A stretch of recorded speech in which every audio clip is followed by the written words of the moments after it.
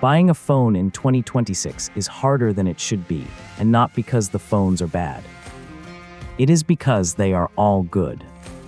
The flagship you pay $1,500 for, and the one you pay $800 for take photographs that look nearly identical on the screen you will actually view them on.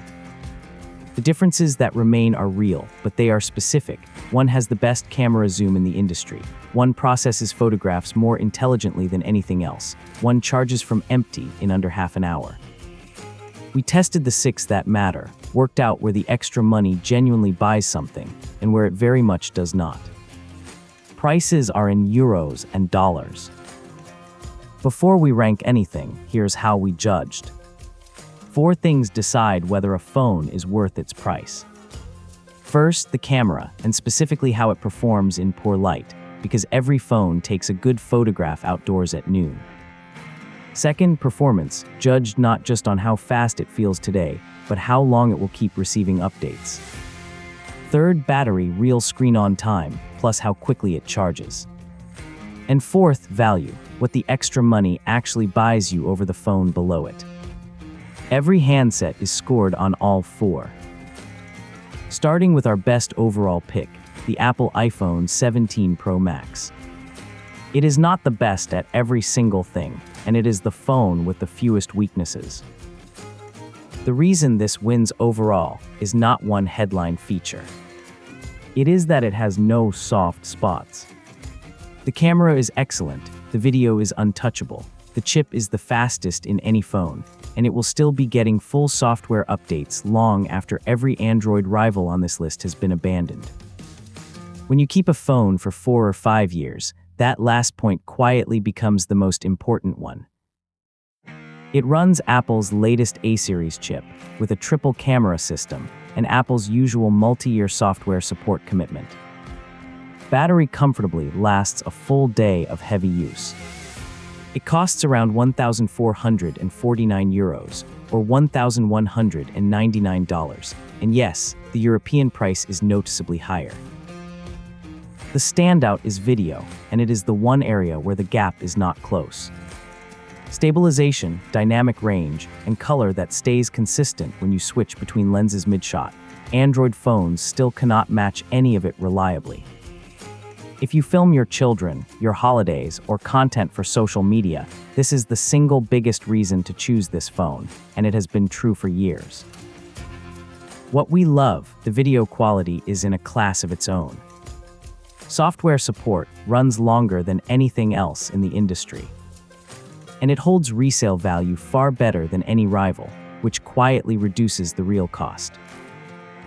The catch is, it is very expensive, and European pricing is harder to swallow than American. And it is a big, heavy phone that a lot of people find unwieldy. Bottom line, if you want the phone with the fewest compromises, and you plan to keep it for years, this is still the safest money in the category. Next, our best camera pick, the Samsung Galaxy S26 Ultra. If photography is the reason you are upgrading, this is where to look. Samsung's Ultra line exists to win spec comparisons, and the camera system is where that actually pays off. 4 rear cameras, including 2 separate telephoto lenses, give it a zoom range no rival can match. You can photograph a stage from the back of a venue and get something usable. Add the brightest display here and the S Pen, and it is the most capable piece of hardware in the guide.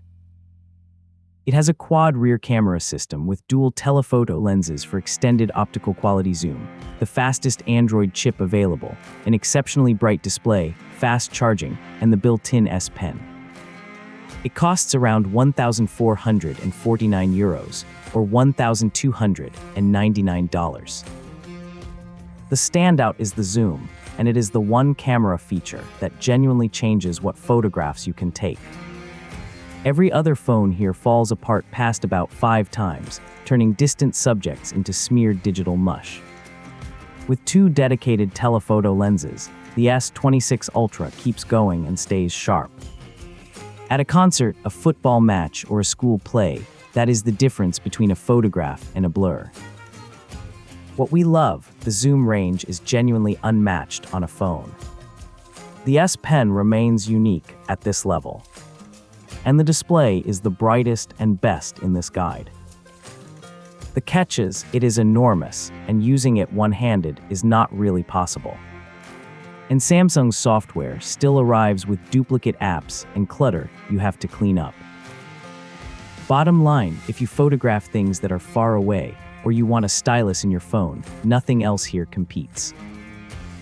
In third, our best photo processing pick, the Google Pixel 10 Pro. This is the camera phone for people who do not want to learn about cameras. Samsung and Apple compete on hardware.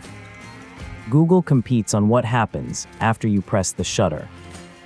The Pixel's processing is the best in the business at producing a photograph that simply looks right, good exposure, natural skin tones, faces that are not blurred, without you adjusting a single setting. It is also several hundred cheaper than the other two flagships here. It uses Google's Tensor chip with the Pixel camera processing pipeline, runs the cleanest version of Android available, and carries a 7-year commitment for operating system and security updates. It costs around 1,099 euros, or $999.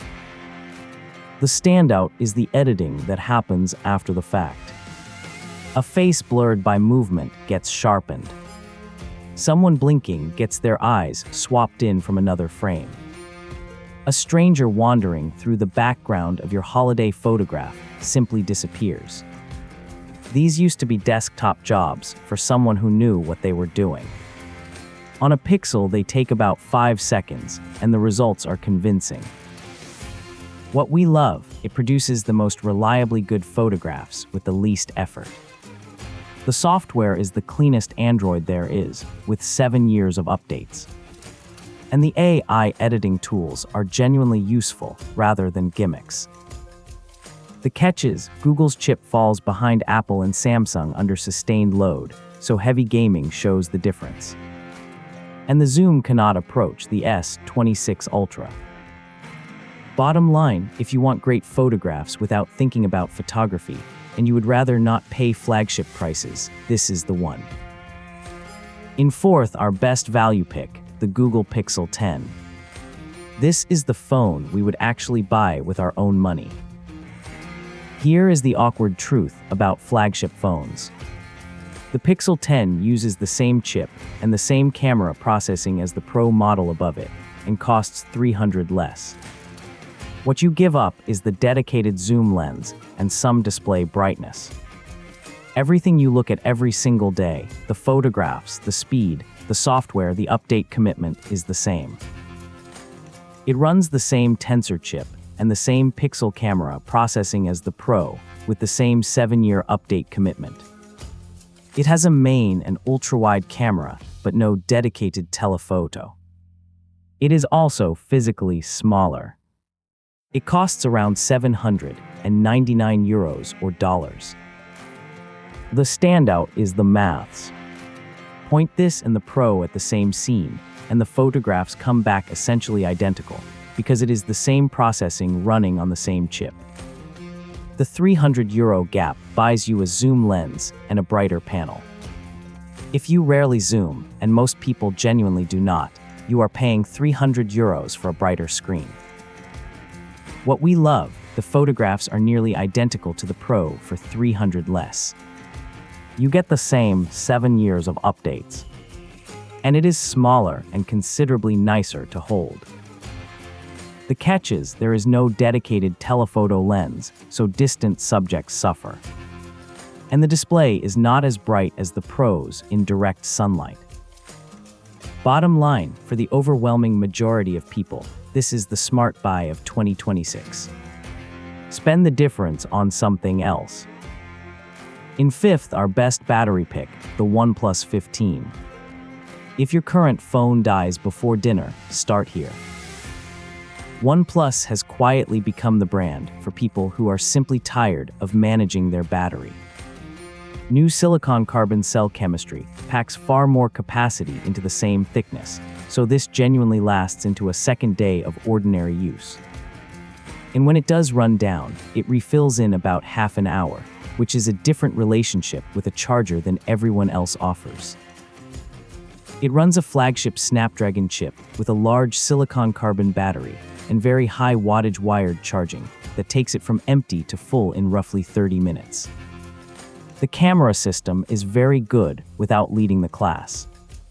It costs around €949 or $899. The standout is what fast charging does to your habits. Everyone else's phone needs an hour and a half, so you charge overnight and plan around it. Half an hour changes the logic completely. You plug in while you shower and leave the house full. Realize at the door that you are at 15%. 10 minutes gets you through the evening. It removes battery anxiety altogether. What we love, it comfortably reaches 2 days of real use. A full charge takes about half an hour. And you get a flagship chip for hundreds less than Apple or Samsung ask. The catch is, the software update commitment is shorter than Google's or Apple's, which matters if you keep phones a long time. And the camera sits a clear step behind the top 3 here. Bottom line, if battery life and charging speed are what actually frustrate you day to day, this fixes it better than anything else in the guide. And finally, our best budget pick, the Samsung Galaxy S26. This is where the mid-range stops feeling like a compromise. The specification that matters most here is not the camera or the chip. It is that Samsung now gives its mid-range phones 6 years of software updates. A €400 phone that stays secure and supported until 2031 is a genuinely different proposition to the disposable budget phones of a few years ago. Add a lovely AMOLED display, and it is very easy to recommend. You get a bright AMOLED display, a capable mid-range chip, a battery that comfortably clears a full day, and 6 years of operating system and security updates. It costs around €459 or $499. The standout is that update commitment because it changes what the phone actually costs. A cheap phone abandoned after 2 years is not cheap. It is a phone you replace twice as often. 6 years of support means this can genuinely be a 5-year phone, and at that point, roughly 500 spread over 5 years beats a flagship replaced every 3. What we love, 6 years of updates at this price, is remarkable. The AMOLED display is far better than this money usually buys. And the battery comfortably clears a full day. The catches, photographs in low light, are noticeably weaker than anything above it. And charging is slow next to the rest of this guide. Bottom line, if you want a phone that will still be working properly in 5 years, and you have no interest in flagship pricing, this is the sensible choice. Side by side, it is clear. The iPhone 17 Pro Max has the fewest weaknesses, the best video, and the longest life. The Galaxy S26 Ultra owns the zoom and the stylus. The Pixel 10 Pro produces the most reliably good photographs with the least effort, and the Pixel 10 gives you almost exactly the same results for $300 less. The OnePlus 15 wins on battery and charging by a distance, and the Galaxy S56 proves €400 now buys 6 years of support. There is no single best, only the right phone for what actually frustrates you about your current one. So here is the simple way to decide. Want the best all-rounder, and you keep phones for years. The iPhone 17 Pro Max.